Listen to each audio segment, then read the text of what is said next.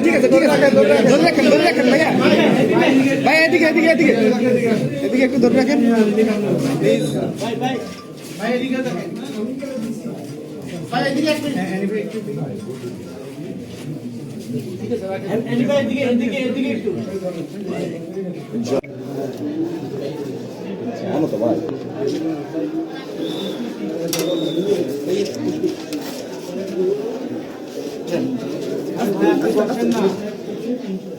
আপনি বসেন বসে কাজ করেন অসুবিধা নেই